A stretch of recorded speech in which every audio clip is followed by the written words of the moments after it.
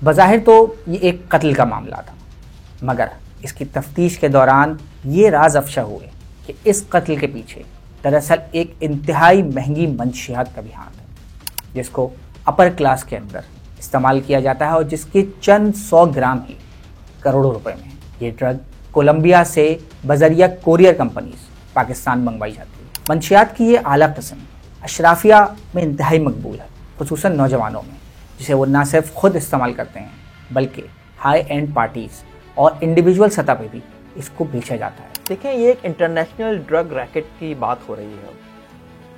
Colombia से weed आ रही है बजरिया कोरियर सर्विस, और कोरियर सर्विस जब कोई भी पार्सल आता है तो कस्टम से गुजर कर आता है। कोलंबिया में जो उसकी पेमेंट हो रही है वो डार्क वेब्स के ज़रिए हो रही है, बिटकॉइंस के ज़रिए हो रही है।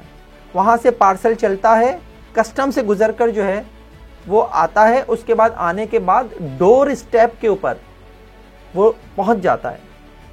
साहिर हसन से जो इन्वेस्टिगेशन हुई है ना, उसमें तो ऐसी ऐसी चीज़ें सामने आई हैं कि दिमाग जो है वो घूम जाता है कि यार ये हो क्या रहा था। एक तरफ वो कोलंबिया से ये सारी ड्रग्स मंगवा रहा था और दूसरी तरफ अली बाबा से उसी ड्रग को बेचने के लिए स्टिकर्स मंगवा रहा था। वो अपनी पैकिंग करता था। जितनी ड्रग अभी उस वक्त जिस वक्त उससे मिली है तो 557 ग्राम उस वक्त उससे मिली है। 1 ग्राम 15,000 रुपये का वो बेचता था। तो ज़रा सोच लीजिए कि कितने पैसे उसके पास हो गए। मैंने 1.5 करोड़ का हिसाब उस वक्त मैंने लगाया था कि 1.5 करोड़ की तो सिर्फ उस वक्त उसके पास से मिली है वो, और महीने की कोई 1.25 किलो वो मंगवाया करता था। तो भाई ये एक ऐसा रैकेट है कि आप ये समझ लीजिए कि स्टेटस सिंबल बन चुका है वीट का नशा हमारे पोश इलाकों में। अगर आप वीट पी रहे हैं तो इसका मतलब है कि आपका ताल्लुक एक अमीर घराने से है। तो ये एक ऐसा रैकेट है कि जिसके लोग जो हैं वो यहाँ से लेकर कोलंबिया तक जो हैं वो मौजूद हैं, और इसी वजह से इतनी आसानी से जो है अब इसकी सप्लाई जो है वो मुमकिन है। आमिर खुद जो है वो वीट सप्लाई करता था और अरमगान को जो है उसने वीट ले जाकर दी थी जिस रात ये वाक़या हुआ है, 6 जनवरी की रात। और फिर सब तीनों ने मिल, जो उसका दोस्त शिराज भी था वहाँ पे, उन तीनों ने, अरमगान ने, शिराज ने और मुस्तफ़ा ने बैठकर वहाँ पे उस रात भी वीट पी थी। जब से ये आइस और जब से ये वीट इंट्रोड्यूस हुई है पाकिस्तान के अंदर और इसका इस्तेमाल होना शुरू हुआ है, तो ये नॉर्मली आम आदमी तो अफोर्ड नहीं कर सकता इसको।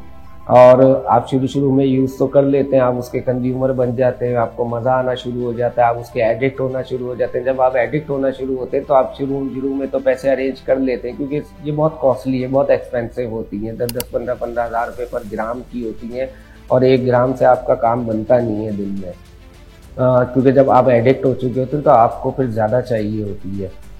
तो फिर एक सप्लाई चेन बनना शुरू होती है।